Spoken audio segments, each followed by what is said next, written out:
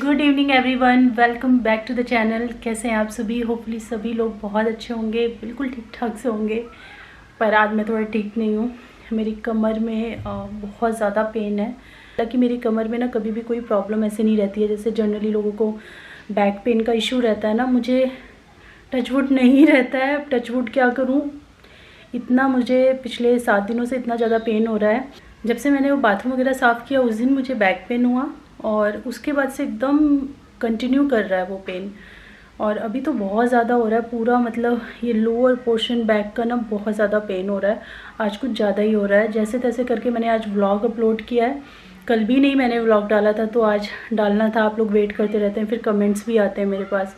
अभी भी आज के व्लॉग में बहुत सारे कमेंट आए कि डेली डाला कीजिए, डेली डाला कीजिए। तो वो मम्मी जाने वाली थी ना उस टाइम, फिर 2-3 दिन मैंने ना थोड़ा सा टाइम नहीं दिया इस चीज़ को, क्योंकि जब आप व्लॉगिंग करते हो या उसको एडिट करते हो ना तो ये लंबा प्रोसेस होता है, बहुत टाइम टेकिंग होता है। तो दिन का काफ़ी सारा हिस्सा उसी में निकल जाता है। तो 1-2 दिन मैं थोड़ा सा रिलैक्स कर रही थी कि वहाँ टाइम ना दे के और मैं उनको ज़्यादा टाइम दूँ। तो उसी वजह से मैंने व्लॉग्स बनाए नहीं। तो अभी मेरे पास व्लॉग्स हैं नहीं अपलोड करने के लिए, इसी वजह से गैप हो रहा है बीच में। तो ये तो रही ये बात। और अभी हो रहा है 7 या 7:15 का टाइम, नहीं 7:30 से ऊपर हो रहा होगा, क्योंकि 7 o'clock तो हस्बैंड आए। हाँ, 7:30 से ऊपर हो रहा होगा। अभी मैं हूँ सिद्ध के रूम में, और अभी सिद्धार्थ के रूम में जो यहाँ ऊपर कुछ हमने जो लिया है हेलीकॉप्टर, आपको याद होगा शायद मैंने दिखाया था। एक हेलीकॉप्टर का क्लॉक लिया है हमने उसके लिए, वॉल क्लॉक। वो यहाँ पे प्लेस करवाना है और 1-2 चीज़ें और हैं जो हमें करवानी है। आरओ में कुछ प्रॉब्लम हो गई है, ख़त्म ही नहीं होता। घर की चीज़ों का प्रॉब्लम कभी ख़त्म ही नहीं होता। कभी ये चीज़ ख़राब हो जाती है, कभी वो चीज़ ख़राब हो जाती है। एक चीज़ सुधरवाओ ना तो दूसरे का आ जाता है सर पे। तो उसके लिए भी बुलाया हुआ है। जब वो भैया आएंगे तो वही ये सारा भी काम करेंगे, आरओ का भी वही देखते हैं, तो हमारे सारे काम हो जाएंगे। और आज सिर्फ कमर दर्द नहीं है, थोड़ा सा सिक डे है मेरे लिए, पर फुल ऑन मैंने काम किया है। काम से छुट्टी लेने तो मिलता नहीं है, लेकिन हाँ अभी थोड़ा सा मैं पेट को भी रेस्ट दे रही हूँ बिकॉज स्टमक मेरा अपसेट लग रहा है। तो आज मैं अपने लिए तो खिचड़ी बनाऊँगी, और ये दोनों लोग खिचड़ी खाने के लिए आज तैयार नहीं है। तो ये लोग अपने लिए जो मर्जी बनाएं, आज मैं अपने लिए खिचड़ी बनाऊँगी। इन लोग का कुछ प्लान चल रहा है, हस्बैंड बनाएंगे, मैं हेल्प करूँगी, या फिर मैं बनाऊँगी वो हेल्प करेंगे। ऐसे ही मिलजुल के हम बनाने वाले हैं। चलिए आज का दिन थोड़ा सा लेट हो गई, स्टार्ट करते हैं। और अभी यहाँ पे कपड़े रखे हैं। मैं सिर्फ के रूम में इसलिए बैठी हूँ क्योंकि मैंने धोए थे कपड़े, और जनरली मैं कपड़ों को ला करके यहीं सिद्ध के रूम में रख देती हूँ और यहीं से फिर फोल्ड करके सब जगह पहुँचा देती हूँ, क्योंकि ज़्यादातर कपड़े सिद्ध के ही होते हैं। तो यहीं से फिर मैं उसकी अलमीरा में लगा देती हूँ। तो चलो मैं कपड़े पहले फोल्ड कर लेती हूँ, फिर चलते हैं किचन में।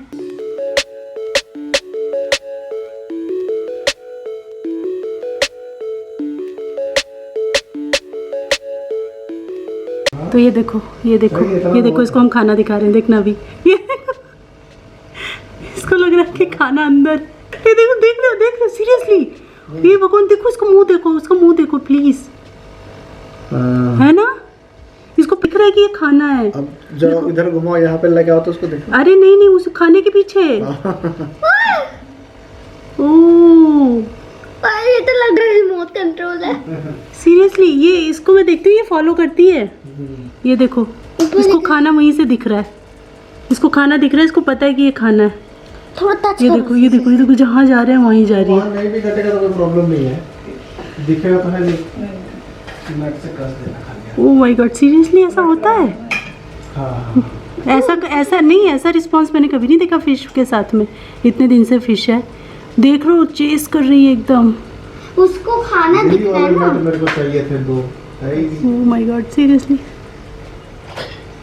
थोड़ा और उधर जाएगा ना। नहीं यार, अब खाना दे दो। वो तो हाथ से कर देखो ऊपर जा रहे हैं तो ऊपर जा रही है, ऊपर जा रही है तो ऊपर जा रही है। नीचे करो, इसको थोड़ा खोलना, सिर्फ साइड से खोलो जरा। डाल देती हूँ खाना। आजा आजा आजा आजा आजा, ऊपर और ऊपर करो ना, बंद कर दो जल्दी से।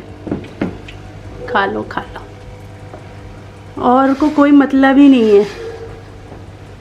और इसको बाहर से ही पता चल गया इसको खाना मिलने वाला। कहाँ गई? कहीं छुप, अभी दिखी थी कहीं छुपी होगी। वो रही पीछे, वो देखो पंप के पीछे। फिश का खाना। अभी टाइम हो गया है 9, और यहाँ पे खिचड़ी जो है हमारी बन गई है। इसमें चढ़ाई है मैंने खिचड़ी, इसमें चढ़ाए हैं आलू अभी थोड़ा सा कसर है, थोड़ा टाइम लगेगा आलू में। तो चोखा बन रहा है, मुझे खिचड़ी खानी थी, इन लोग को कुछ चटपटा खाने का मन था। फिर इन लोगों ने बोला फिर 2-2 खाना क्यों बनना है, हमारे लिए भी खिचड़ी बना दो। तो फिर मैंने खिचड़ी चढ़ा दी। और यहाँ पे क्योंकि मैंने बताया ना मेरा थोड़ा सा स्टमक डिस्टर्ब है, तो उसके लिए यहाँ पे मैंने दही किया है। इसमें बस थोड़ी सी बूंदी डालूंगी मैं, ज़्यादा नहीं, थोड़ी सी, इसलिए थोड़ा सा टेस्ट आ जाए। और बस काला नमक।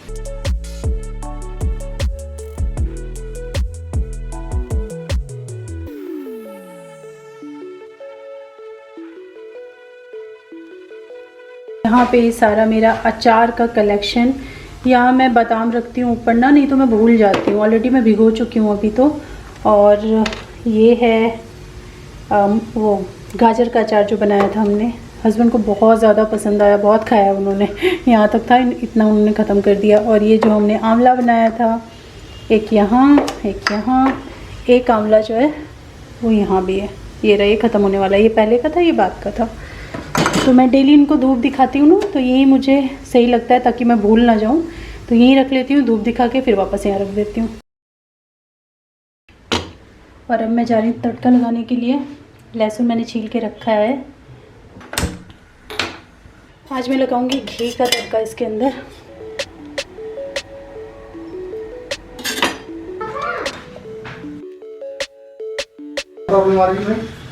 आप चोखा बना दो, मन नहीं कर रहा बिल्कुल चोखा बना दो।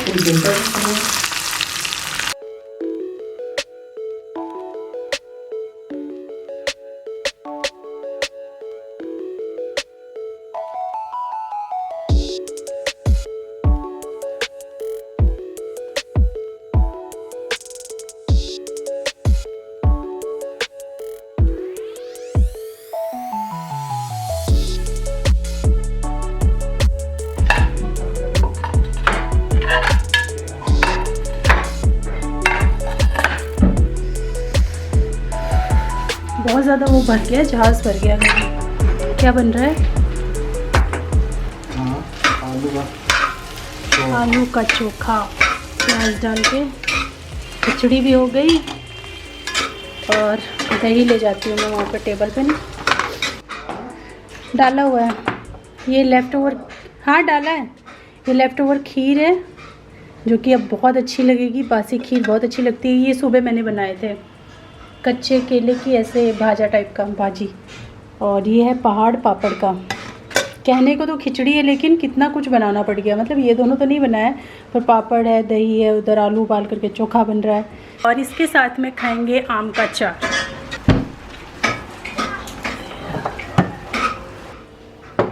दही कौन कौन खाएगा इसके साथ?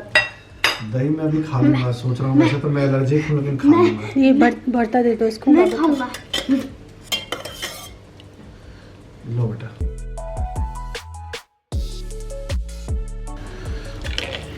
और हाँ ये भी बचा हुआ है। क्या? ये हाँ वो भी खा लूंगा। और कुछ बचा तो वो भी बता। क्यों बेटा? बचा हुआ चीज वॉक में जाना है। बचा हुआ मतलब सुबह से बचा हुआ है। वॉक में जाना है तुझको आज? खाने के बाद के डिसीजन ले पाएंगे बेटा। जब मैं कॉलेज में पढ़ता था ना बेटा, जिस दिन राजमा चावल बनता था ना, उस दिन तो मेरी नेक्स्ट क्लास मिस होनी थी। ये स्टोरी बहुत फेमस है बेटा। खूब सारा राजमा चावल खाता था, खूब सारा, इतना सारा कि तुम सोच भी नहीं सकते। पापा हॉस्टल में रहते थे ना। हैं? और खाने के बाद हमेशा ये सोचता था मैं कि जाके ना 10 मिनट रेस्ट करूंगा, मुझे भी तो दो। आपने नहीं लिया भरता? अपना परोस लिया और ये खा। अरे ये तो भरता आप ही परोस रहे थे ना। बात नहीं है ना। मैंने भी यही सोचा कि अपना ले लिया, सिद्धार्थ को दे दिया, मुझे। खिचड़ी का जो दरिया है इसको पार मैं करने के मिक्स लिए कर दूँ ना, घी है। आम के अचार का सहारा तो दो। ये रहा ला के रखा हुआ है। इस दरिया को पार करने के लिए आम का अचार का सहारा चाहिए। उसके अंदर जो वो लकड़ी का होता है ना, आम के अंदर गुठली, वो बेसिकली नाव है ना। और खिचड़ी जो है दरिया है। लो भाई नाव ले लो, डूबना मत बस। अरे गुठली नहीं है इसमें। जानबूझ के वैसे वाले दोगे तुम जिसमें गुठली नहीं होगा। ये लो लो। आपको भी चाहिए बेटू? सोच लो 2-3 घंटे और हैं तुम्हारे पास, सोच लो। हाँ खिचड़ी। तो बताया नहीं बेटा सिद्धार्थ मैंने तुम्हें। तो जिस दिन राजमा चावल बनता था ना मेस में, हॉस्टल में क्यों रहते थे? हॉस्टल में रहते थे ना तो मजा आता था, बहुत मजा आता था। मुझे भी भेजते। तुम छोटे हो ना अभी। तो खाने के बाद ना मैं सोचता था क्या पता है, बहुत सारा खा लेता था और इतना खा लेता था लगता था वहीं जहाँ खा रहा हूँ वहीं सो जाऊँ। लेकिन किसी तरह हिम्मत करके जाता था हॉस्टल में, पास में ही था, और सोचता था 15-20 मिनट बाद ना क्लास करने जाऊँगा आराम करके। और वो 15-20 मिनट बेटा हो जाते थे 2 घंटे। और मेरी क्लास हो जाती थी मिस। हमारा कॉलेज बड़ा स्ट्रिक्ट था, भेज देते थे वो लेटर पापा को, मेरे हमारे दादाजी को। पापा फोन करके पूछते थे अरे लेटर आया तुम्हारा। अब उनको कैसे बताऊं ये राजमा चावल का नशा का लेटर है। पापा को ये टेंशन होती थी पता है कि ये कहीं और तो इधर कहाँ जा रहा है, ये क्लास बंक मार रहा है, क्या कर रहा है। पेरेंट्स को तो रहती है ना टेंशन। हाँ जब बच्चे दूर रहते हैं तो। इसलिए मुझे दूर नहीं भेजना। खिचड़ी थोड़ा हेवी बन गया ना।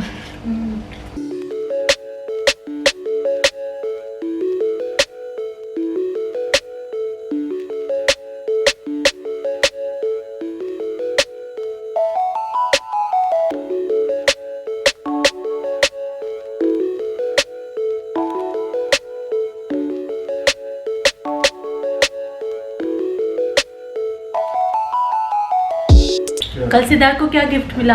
आयरन मैन मैं लेके आता हूँ। कल मुझे मिला एक थॉर और आयरन मैन, दिखाओ ना, और और एक दुश्मनों का दुश्मन थैनोस। तो आज इसीलिए सिद्धार्थ मेरी कमर दबाएगा। नहीं वो तो कल की बात थी ना।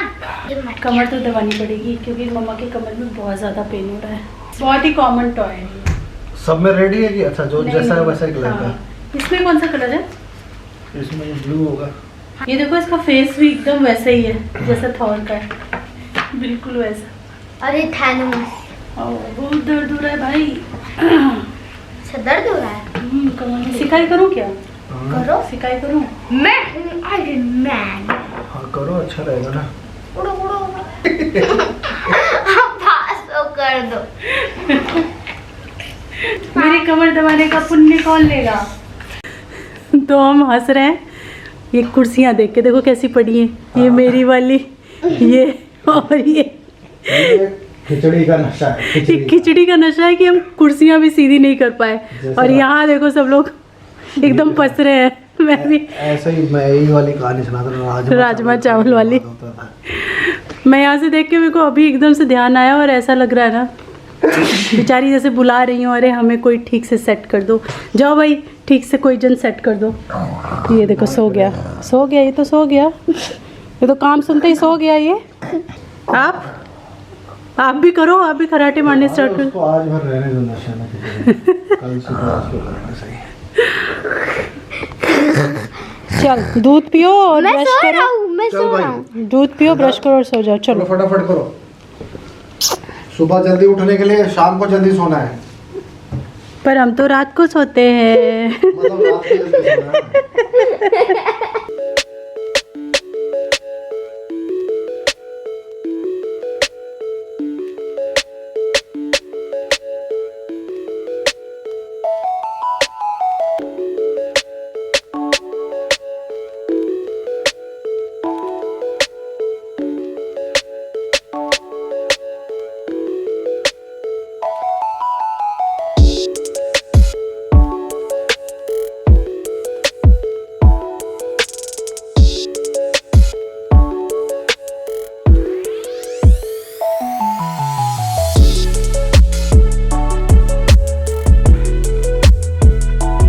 और सभी के घर के जो रूटीन है वो आजकल चेंज होंगे बिकॉज़ बच्चों के चल रहे हैं एग्ज़ाम्स। इसके भी एग्ज़ाम्स स्टार्ट हो गए हैं। इस वीक ओरल चल रहा है और नेक्स्ट वीक से फिर उसका रिटर्न जो फाइनल एग्ज़ाम्स हैं वो स्टार्ट हो जाएंगे।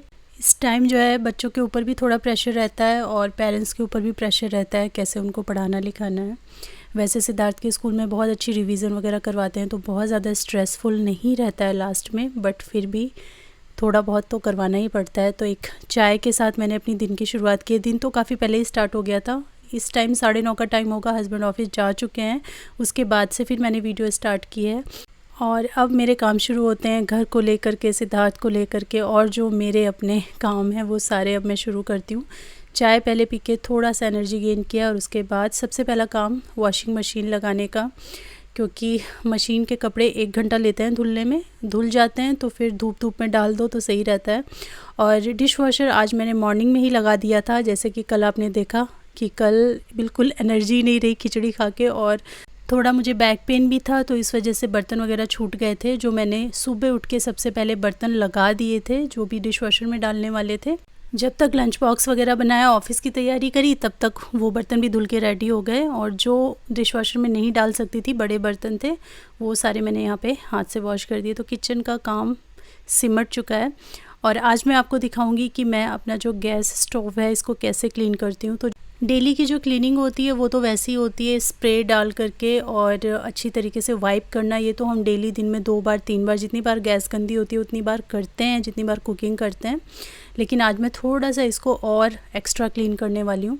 ये जो सॉल्यूशन है जिसको मैं स्प्रे करती हूँ, ये आप हमेशा मुझसे पूछते हैं, इसकी रेसिपी ऑलरेडी मेरे चैनल पे मैंने अपलोड करके रखी है और ये बहुत अच्छा सॉल्यूशन है। जो डेली रेगुलर की क्लीनिंग होती है ना, हर चीज़ पे आप इसको लगभग इस्तेमाल कर सकते हो।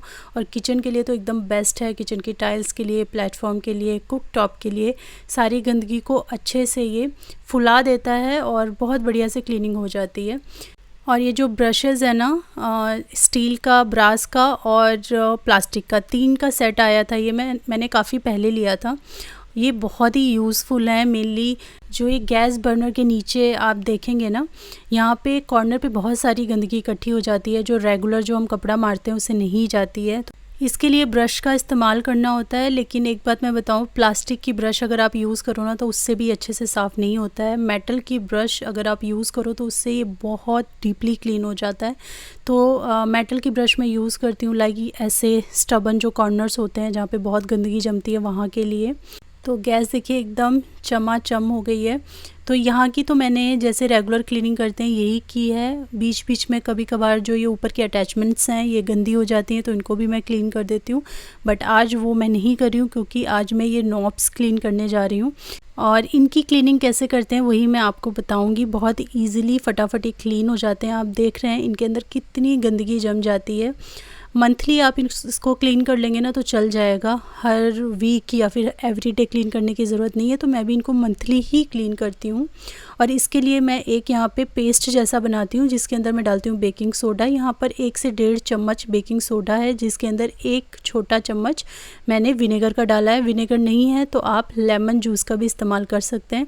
इसका एक पेस्ट बना लीजिए और इस पे अच्छी तरीके से एक थिक लेयर आप अप्लाई कर दीजिए, क्योंकि ये इतने स्टबन होते हैं ना, ये दाग धब्बे की ये खाली साबुन से नहीं छूटेंगे। इनको काटने के लिए कुछ अच्छी चीज़ चाहिए जिससे कि ये फटाफट छूट जाए। तो इनको मैं लगा करके 15 से 20 मिनट के लिए छोड़ दूँगी। और जब भी आप ये काम करें तो हमेशा ध्यान रखें कि जो मेन स्विच होता है ना, जहाँ से आपकी पाइपलाइन आ रही होती है, उसको ज़रूर ऑफ़ करें। साथ ही अगर सिलेंडर यूज़ कर रहे हैं तो उसको नीचे से उसका जो नॉब होता है उसको बंद ज़रूर कर दें, तभी ये काम करें। और पूरी सावधानी के साथ ये काम करना होता है कि गैस वगैरह कभी खुली ना रह जाए। तो ये मैंने अच्छे से पेस्ट जो है अप्लाई कर दिया है चारों तरफ, क्योंकि इसके अंदर बहुत सारी चिकनाई गंदगी भर जाती है और डेली के डेली तो हम लोग नॉब निकालते नहीं है ना, तो इसीलिए थोड़ा ज़्यादा ही गंदा हो जाता है।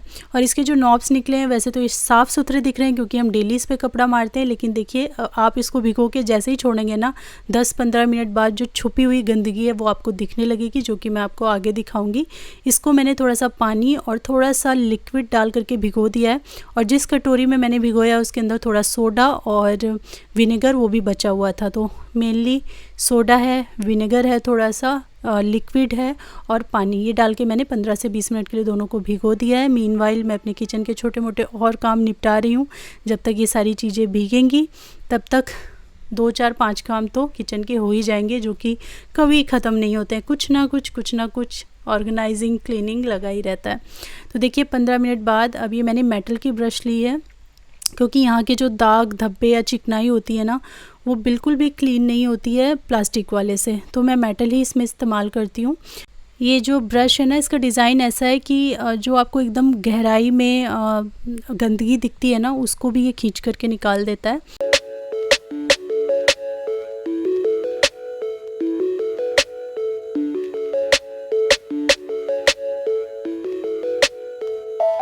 और क्योंकि हमारी पाइपलाइन लगी हुई है तो मैं इसको डिटैच करके बेसिन के पास ले जा करके धो तो नहीं सकती, इसीलिए मैंने ये स्प्रे बॉटल के अंदर पानी भर लिया है। इसमें जो सॉल्यूशन था उसको निकाल करके अलग रख दिया और इसके अंदर पानी भर लिया है और थोड़ा थोड़ा मैं इसको स्क्रब करती जा रही हूँ और साथ में फिर पानी स्प्रे करती जा रही हूँ ताकि गंदगी जो है वो नीचे आ जाए। क्योंकि ये ऐसा एरिया है ना कि यहाँ पे आप कितना भी पोंछेंगे ना, ये जल्दी साफ़ नहीं होगा। यहाँ पे थोड़ी मेहनत लग जाती है, धुलने से ही ये बहुत अच्छी तरीके से साफ़ होते हैं। तो इस तरीके से मैं ब्रश भी चलाती जा रही हूँ और पानी का स्प्रे भी मारती जा रही हूँ। पानी नीचे ना गिरे, किचन गंदा ना हो, इसके लिए मैंने एक माइक्रोफाइबर क्लॉथ है उसको बिछा लिया है। माइक्रोफाइबर क्लॉथ से ये होगा कि ज़्यादा से ज़्यादा पानी वो सोखेगा और नीचे पानी ट्रांसफ़र नहीं करेगा ज़्यादा। तो बस इसी तरीके से मैं ये सारे नॉब्स के जो इंटरनल पार्ट्स हैं उनको अच्छे से क्लीन कर लूँगी। यहाँ पे आपको क्लीनिंग होने के बाद भी थोड़े से दाग धब्बे दिखेंगे क्योंकि ये जो मेरी गैस है ना वो बहुत ज़्यादा पुरानी हो गई है और कहीं पे पेंट उखड़ने लगा है, कहीं पे डिस्कलरेशन आ गया, कुछ जंग जैसा भी लग गया है। ये ओवर 10 ईयर्स हो चुके हैं, तो ये भी कुछ दिनों बाद रिप्लेस करनी पड़ेगी, बट फ़िलहाल तो अच्छा काम कर रही है। तो बस बार बार मैं इसके अंदर स्प्रे कर रही हूँ ताकि मैं देख सकूँ कि कहाँ कहाँ गंदगी है इसके अंदर, और उसके बाद कहीं जहाँ मुझे गंदगी दिख रही है तो मैं फिर ब्रश से उसको क्लीन कर रही हूँ। इसका यहाँ पे ना थोड़ा सा अंदर होल जैसे होते हैं चारों तरफ, जो कि ब्रश भी उसके अंदर नहीं जा पा रहा था क्योंकि काफ़ी डीप होते हैं। तो इसके लिए मैंने यहाँ पे पतली वाली जो टूथपिक होती है उसका इस्तेमाल किया और आप देख सकते हैं कि कितनी गंदगी जो है इतनी क्लीनिंग के बाद भी निकल रही है। तो जो भी फूड के पार्टिकल्स काफ़ी अंदर पहुंच जाते हैं, जैसे कभी दूध बॉईल हो जाता है या कुछ छींटे उटे पड़ जाते हैं, तो वो सब काफ़ी डीपली अंदर चले जाते हैं।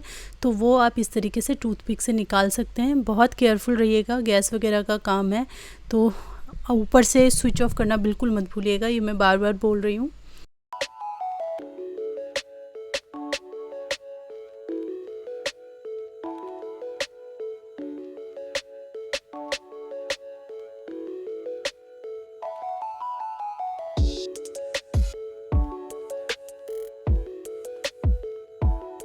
यहाँ का जो अपर कॉर्नर आप देख रहे हैं ना, जो कि जब मैं ऊपर एंगल से देख रही थी तो मुझे बिल्कुल भी नहीं दिख रहा था।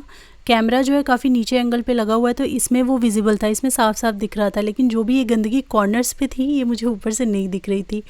तो इसके लिए मैं हमेशा इस तरीके से नाइफ़ में लपेट लेती हूँ, किसी भी रुमाल को या फिर माइक्रोफाइबर क्लॉथ को आप लपेट लीजिए और ऊपर इस तरीके से करेंगे ना तो सारी गंदगी वहाँ की भी कॉर्नर की एकदम निकल जाती है। क्योंकि जब हम आई लेवल से उसको देखते हैं ना तो हमें दिखाई नहीं देता क्योंकि वो नीचे की साइड होता है, जैसा कि अभी मेरे साथ हुआ। लेकिन वहाँ भी बहुत सारी गंदगी जमा हो जाती है, जो कि हमने जब स्प्रे वगैरह डाला तो एकदम फूल गई अच्छे से और दिखने भी लगी और बहुत ही ईजिली साफ़ भी हो गई। इधर मैं अगर आपको ये नॉब्स दिखाऊं तो आप कॉर्नर पे देख सकते हैं, ये बिल्कुल भी उस टाइम नहीं दिख रही थी, बिल्कुल क्लीन ही लग रहे थे ये, लेकिन एकदम गंदगी जो है फूल जाती है तो फिर वो आपको दिखने लगती है। तो इसके भी कॉर्नर और अंदर की साइड जो नॉब्स के रहती हैं ना लेयर, तो वहाँ पे आपको हल्के हल्के फूड पार्टिकल्स भी दिख रहे होंगे जो फूल गए हैं और चिकनाई भी थोड़ी बहुत हो जाती है। तो इस तरीके से 15-20 मिनट आप भिगो के रखिए तो सारी अच्छे से विजिबल हो जाएंगी और फिर आप उसको ब्रश से क्लीन कर दीजिए। बस ये आपके नॉब्स भी एकदम डीप क्लीन हो गए।